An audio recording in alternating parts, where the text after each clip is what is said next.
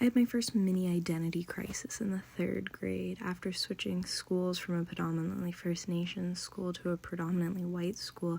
I realized that all my peers didn't look like me, and the color of my skin, the fact that it was brown, would have a deep influence on my life. With no connection to any of my cultural heritage, I left the idea of culture and race behind me and simply accepted a perspective of people are people regardless of color, and I chose to be colorblind. I work full-time as a nanny now, and these little people have taught me a whole lot about the world and about how I want to fit into it. In reading The Discourse of Denial, How White Teacher Candidates Construct Race, Racism, and White Privilege, I read the quote, "This new information that challenges their personal, cultural, and ideological underpinnings forces them to grapple with seemingly incongruent positions.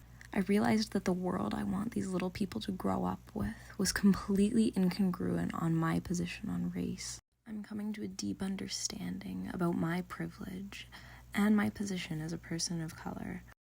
As I drive around late at night grappling with the racism and power that exists in our Western culture, I have to ask myself the question, how do I make it so every child feels like they can dance like these two? I want my classroom to be a safe space for all children. I never want any child to go through what I experienced, the looks, the people calling my skin so cute, the people calling me different and exotic.